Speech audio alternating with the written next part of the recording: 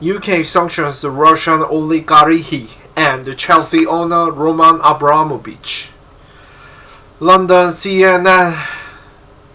The UK has added Russian oligarchy and Chelsea FC owner Roman Abramovich to its list of sanctioned individuals as part of its effort to isolate Russian President Vladimir Putin following Russia's invasion of Ukraine, throwing the sale of the London club into doubt and prohibiting the buying or selling of players until further notice. In a statement Thursday, the UK government said it was adding 7 further oligarchies and politicians, including Abramovich, to its list of sanctioned individuals. Chelsea owner Roman Abramovich has been sanctioned by the UK government as part of the effort to isolate Russian President Vladimir Putin. Abramovich announced this month he plans to sell Chelsea as it is in the best interest of the club, the fans and employees, as well as the club's sponsors and partners. This came after he declared he gave stewardship of the club over to trustees of the club's charitable foundation. But the new sanctions will see his assets frozen and will prohibit transactions with UK individuals and businesses. The UK's Foreign, Commonwealth and Development Office said in a statement Thursday, the billionaire will also face the travel ban forbidding him to enter the UK. According to the UK government, Chelsea will be given a special license to continue to fulfill its fixtures and carry out football business, including the payment of players and club staff, but certain actions will not be permitted, such as buying and selling new players and selling tickets for games beyond those already sold to fans. Existing season ticket holders will be allowed to attend matches as well as fans who purchased tickets prior to Thursday. Fans can buy food and drink at these matches, according to the statement, and under the sanctions, third-party retailers who bought or produced club merchandise prior to Thursday will be allowed to sell their existing stocks as long as no money is given to Chelsea. For now, the special license lasts until May 31. The Chelsea Supporters Trust, a non-profit independent trust set up to increase the club balls to take into account the interest of all supporters amongst other purposes, expressed concern over the move. Supporters must be involved in any conversation regarding ongoing impact on the club and its global fan base, the trust said in a statement. The CST implores the government to conduct a swift process to minimize the uncertainty over Chelsea's future for supporters and for supporters to given a gold share as part of the sale of the club. Ramifications for Chelsea and its players. Ben Pepe, sports commercial expert at JMW Solicitors, told CNN Sports that unless the UK government introduced a new license, Chelsea can be sold. Abramovich won't be allowed to put any money into the club or take any money out of it. As we know, he has funded Chelsea to the ton of billions of pounds and has a 1.5 billion euros,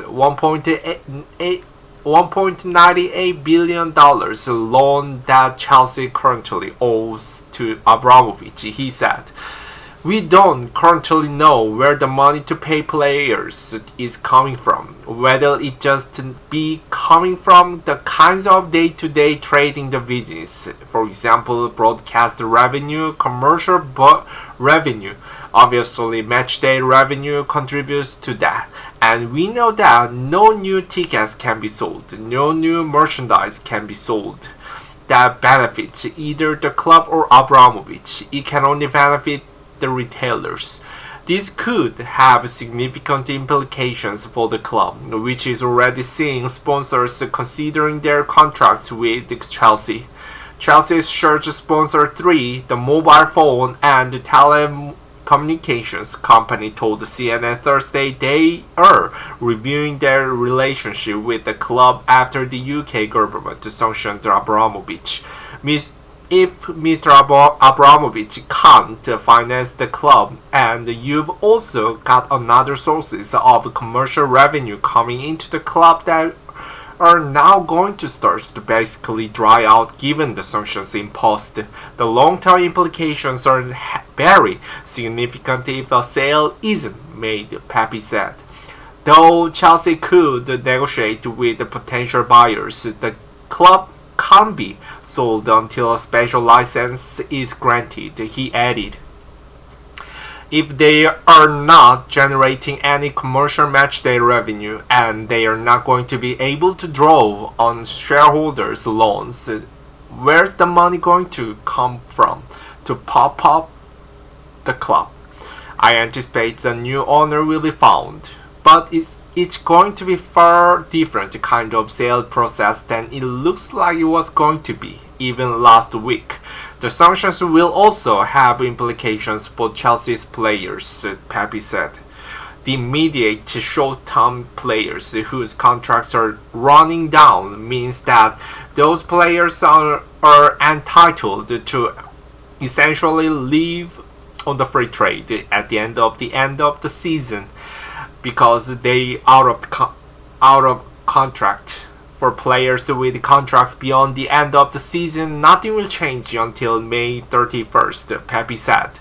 In the long term, he said, it goes to this wider theme around the kinds of cultural, political, social impact of football as being way more powerful than it ever has been. And there are players going to want to sign for Chelsea, for a club like Chelsea, a club like Newcastle, where they know the volatility of the situation with regards to the ownership structure of the football club. British Member of Parliament Chris Bryant had previously called for Abramovich to lose ownership of Chelsea after seeing a leaked 2019 UK government document that said Abramovich was of interest due to his link to the Russian state and his probable association with corrupt activity and practices, the MP said in a tweet post.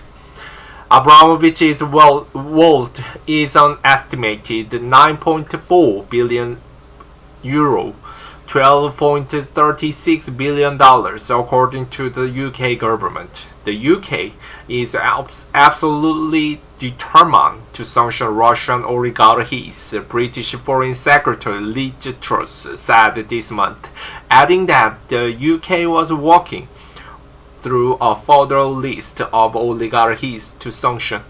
There is nowhere for any of Putin's cronies to hide, Truss continued. CNN's George Ramsey and Alex Klosok contributed reporting.